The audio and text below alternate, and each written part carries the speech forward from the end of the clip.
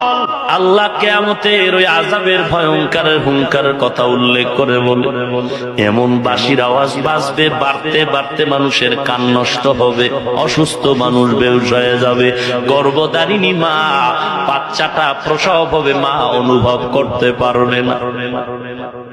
কেমন কঠিন অচেতনার আযাবের খবর শুনলে মানুষ পাগল।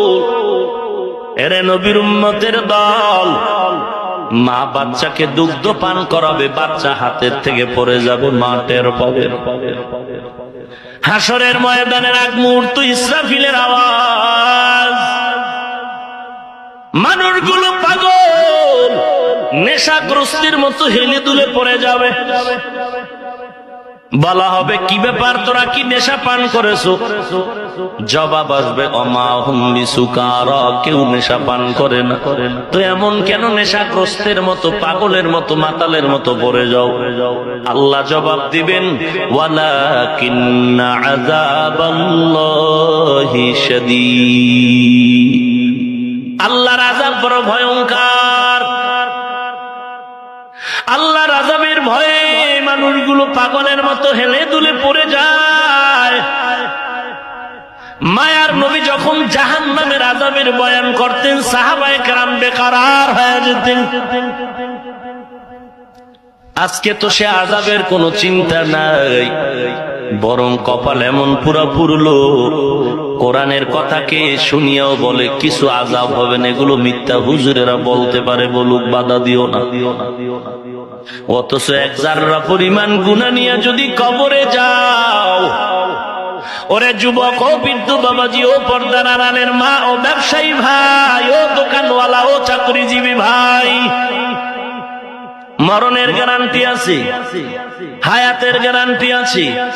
এরে যুবক, এমন কোন দিন নাই গাড়ির তলে যুবকের লাশ, পানির নিচে যুবকের লাশ, ঘরের বিছানায় যুবকের লাশ। হেলায় খেলায় যৌবনটারে কাটাইলি মোবাইলের গজব, চোখ নষ্ট করে ফেললি, তোর হাত শেষ, তোর ব্রেন শেষ, লেখাপড়াও শেষ করলি, তোর জীবন যৌবনটারও ধ্বংস করে ফেললি। তোর চেহারার মধ্যে কোনো নূর নাই, তাকাইলে কোনো মায়া আসে না রে যুবক। এই মোবাইল নামের গজব দিয়ে তোর সব ধ্বংস করে ফেললি। অথচ তোর মতো যুবক ব্যবসা করে, নামাজ ছাড়ে না, আছে না নাই? তোমার মতো যুবক দোকানওয়ালা নামাজ ছাড়ে না, তুমি নামাজের সময় কাস্টমারের ভিড়ে নামাজে যাও না। তোমার পাশের দোকানওয়ালা ভাই সাইনবোর্ড লাগায় দিছে, নামাজের সময় বেচা কেনা বন্ধ, শাটার টেনে মসজিদে গিয়া নামাজে দাঁড়ায় গেল, তুমি নামাজ পড়লা না। তোমার মতো যুবক স্কুলে পড়ে, কলেজে পড়ে, নামাজ ছাড়ে না, আছে না নাই? তোমার মতো যুবক ব্যবসা করে, চাকরি করে, র্যাব, আর্মি, পুলিশ, বিডিআর, নামাজ ছাড়ে না, আছে না নাই? তুমি কেন পারবা না রে বাবা? কোনো ফতুয়া চলবে না, যুক্তি চলবে না। গুনাহ নিয়ে কবরে গেলে কি হবে শুনে নাও। মায়ার নবী কবরের আযাবের কথা বলে বলেন, আল কবরু রাউযাতুম মির রিয়াদিল জান্নাহ আও হুফরাতুম মিন হুফারিন নার।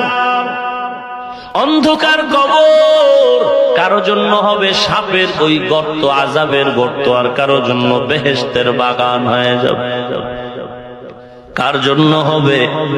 যারা গুনাহ নিয়ে কবরে যাবে তাদের জন্য আযাব, যারা নেক আমল নিয়ে কবরে যাবে তাদের জন্য কবর জান্নাতের বাগান।